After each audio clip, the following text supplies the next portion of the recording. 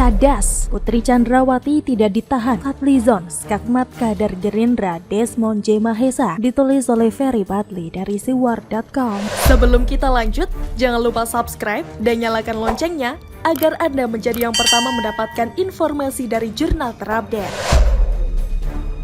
Beda nasib dengan suaminya Ferdy Sambo, Putri Chandrawati hingga kini belum juga ditahan.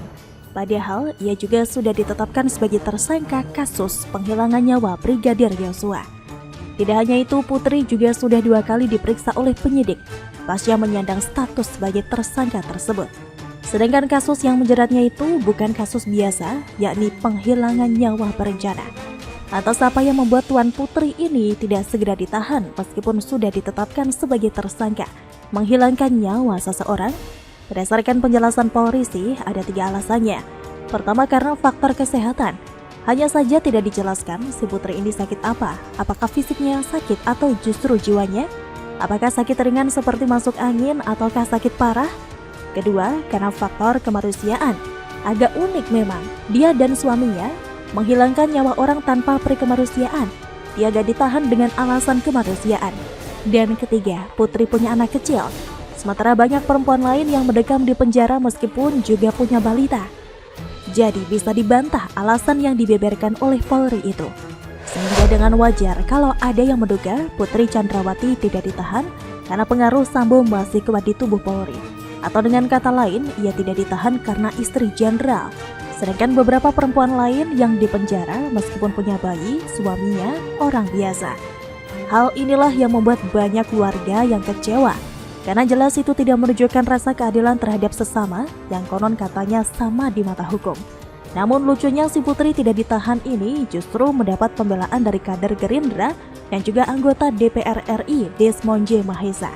Wakil Ketua Dewan Pembina Partai Gerindra itu setuju Putri menghirup udara bebas dengan alasan dia memiliki anak kecil. Dalam pertimbangan anak, untuk kepentingan anak, saya pikir saya setuju saja untuk tidak ditahan. Toh tidak melarikan diri juga. Kan paling tragis bagi kita kalau anak ikut dalam tahanan kan? Saya melihat unsur kemanusiaan ya nggak apa-apa menurut saya, ungkap Desmond seolah dia yang jadi pengacara Putri Chandrawati itu. Nah, karena pernyataan Wakil Ketua Komisi 3 DPR ini berlawanan dengan pandangan masyarakat umum, jelas hal itu merugikan Prabowo. Karena bisa saja mereka yang kecewa Putri tidak ditahan batal memilih Prabowo pada Pilpres 2024 mendatang, lantaran beda sikap dengan anak buahnya, Desmond.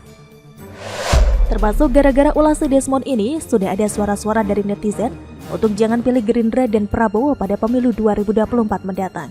Kelakuan Desmond yang merugikan Gerindra inilah yang disadari betul oleh Fadlizon, sehingga ia pun terpaksa mengskakmat koleganya sesama kader Gerindra tersebut. Jika Desmond setuju Putri Chandrawati gak ditahan, maka Fadlizon justru bersikap sebaliknya. Tanpa tedeng aling-aling serta tanpa mengucapkan salam, ia meminta agar tim Sus Polri segera menahan istri Sambo. Fadli mengatakan tidak ditahannya Putri merupakan diskriminasi hukum. Ia pun membandingkan kasus aktivis Bunda Mary dan Putri Chandrawati. Tuduhannya, Mary membawa anak kecil dalam sebuah aksi demonstrasi, padahal sudah ada testimoni ia tidak bawa anak kecil, kasus remeh, ujarnya.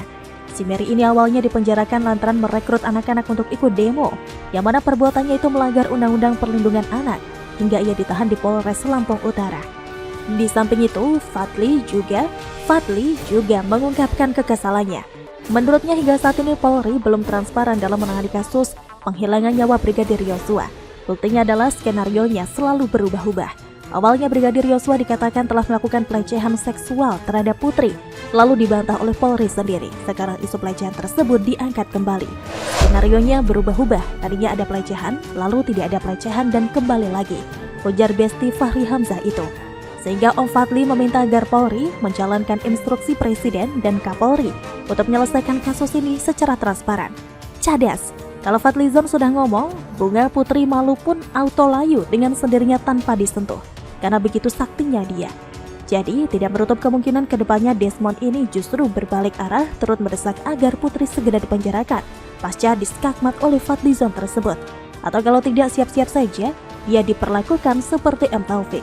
Dipecat tidak, tapi seluruh jabatan yang ada pada dirinya dilucuti.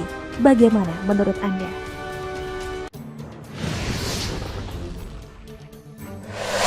Ngeri jadi ancaman bagi Prabowo, Sandiaga Uno mulai diserang elit Gerindra, ditulis oleh Ferry Patli dari siwar.com.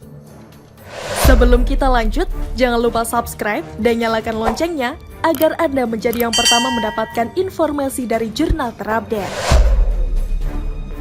Untuk saat ini, memang ada 3 nama bakal capres yang paling menonjol. Mereka adalah Gubernur DKI yang sebentar lagi lengser dari jabatannya Anies Baswedan, Gubernur Jateng Ganjar Pranowo, dan Menteri Pertahanan sekaligus Ketua Umum Partai Gerindra Prabowo. Pertanyaannya, apa bukti kalau nama mereka paling menonjol? Selalu berada di posisi 3 besar elektabilitas tertinggi. Sementara cawapres yang paling menonjol adalah Novel Bamukmin. Menonjol di kalangan kadrun ya. Nah, karena elektabilitasnya tinggi ini pula yang membuat Prabowo pede mendeklarasikan dirinya sebagai Capres 2024 pada 12 Agustus 2022 lalu. Di samping itu, lawan terkuatnya yang pernah mengalahkannya 2 kali di Pilpres, yakni Jokowi, sudah tidak bisa nyapres lagi. Hal ini juga menambah kepercayaan diri Om Prab bahwa dia akan memenangkan kontestasi Pilpres 2024 mendatang. Dan memang kalau dibandingkan dengan Anies atau Ganjar, Prabowo ini lebih segalanya. Pertama, dia punya partai, sedangkan Anies tidak. Sementara Ganjar hanya kader partai doang.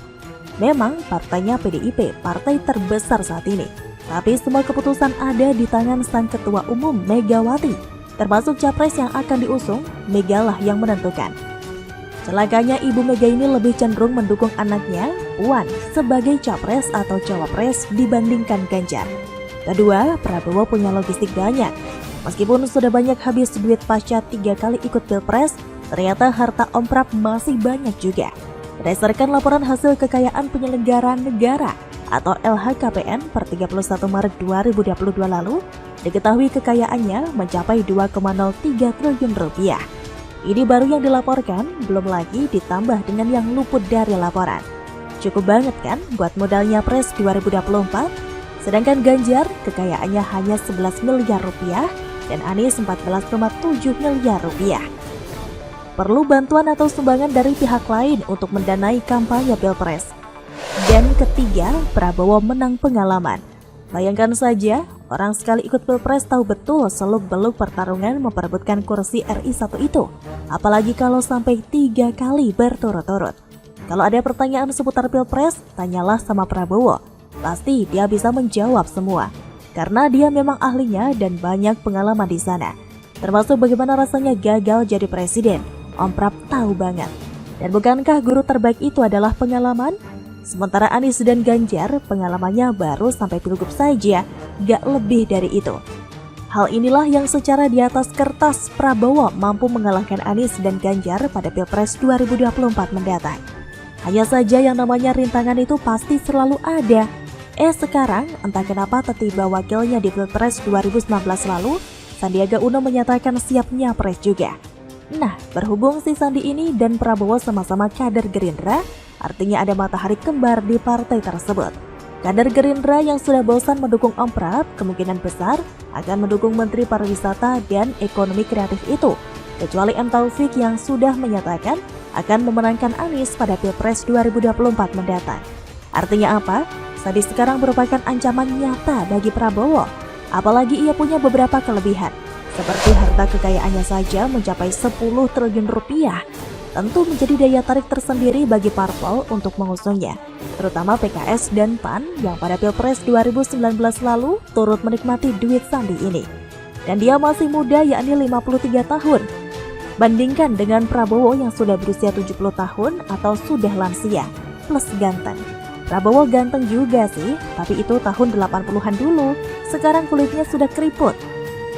Memang kualitas capres tidak ditentukan oleh usia dan rupa, tapi tetap saja orang lebih cenderung tertarik kepada yang lebih muda dan lebih energik dibandingkan kakek-kakek, meskipun si kakek tersebut belum punya cucu. Belum lagi Prabowo sudah 3 kali ikut Pilpres, banyak yang sudah bosan melihat mukanya, kayak gak ada kerjaan lain saja selain nyapres. Hal inilah yang membuat orang cenderung memilih Sandi dibandingkan Prabowo. Namun, kabar buruknya, sekarang kader Gerindra sudah mulai menyerang mantan Wagub DKI itu. Salah seorang diantaranya yang mengungkapkan rasa ketidaksukaannya terhadap Sandi tersebut adalah Sekjen Partai Gerindra Ahmad Muzadi. Anggota Komisi 1 DPR itu mengatakan Sandi tidak berkontribusi apa-apa terhadap partai dan tidak pernah ikut membesarkan partai, sehingga tidak layak menjadi capres. Kalau ada orang yang mau jadi presiden, tidak pernah membesarkan partai, nggak pernah mendatangi kantor partai, tidak pernah pasang bendera spanduk, tiba-tiba nongol mau jadi presiden, ketemu pasal berapa? Ungkap Muzani dengan nada sewot. Loyalis Prabowo itu pun mengatakan Partai Gerindra menjadi parpol terbesar kedua saat ini berkat kerja keras Prabowo, bukan Sandi. Oleh sebab itu, seluruh kader Gerindra wajib satu suara mendukung Om Prab. Asik. Tidak berhenti sampai di situ, Muzani juga mengusir Sandi dari Gerindra. Tidak ada kader Gerindra yang tidak ingin ikut rombongan kereta atau mendukung Prabowo sebagai capres 2024. Saya minta untuk turun sebelum kereta ini jalan, tuturnya. Mantan penyiar radio itu juga memperingatkan Sandi agar jangan sesekali mengganggu serta memecah belah Gerindra yang mendorong Prabowo maju sebagai capres 2024. Jangan coba-coba ganggu kami untuk memecah belah jati diri kami. Seluruh kader Gerindra akan tetap berdiri di belakang Prabowo, ujar Muzani dengan nada penuh ancaman. Begitupun dengan kader Gerindra yang lain, Desmond Junaidi Mahesa. Seperti tanpa bersalah menuding kartu tanda anggota atau KTL Partai Gerindra, Sandi sudah dimakan tikus. Nah, gak ada masalah. Kenapa gak ada masalah? Mungkin dulu waktu dia masih pegang kartu anggota Gerindra, itu anggota Gerindra. Jangan-jangan kartu anggota Gerindranya dimakan tikus. Kalau sudah dimakan tikus, jadi dia merasa bukan anggota Gerindra lagi. Jadi, dia mau saja dicalonkan oleh PPP atau sudah pindah partai. Kan kita nggak ngerti, ungkap Desmond juga dengan nada tidak kalah sewotnya. Itu baru Muzani dan Desmond loh yang bicara, belum lagi Fadlizon.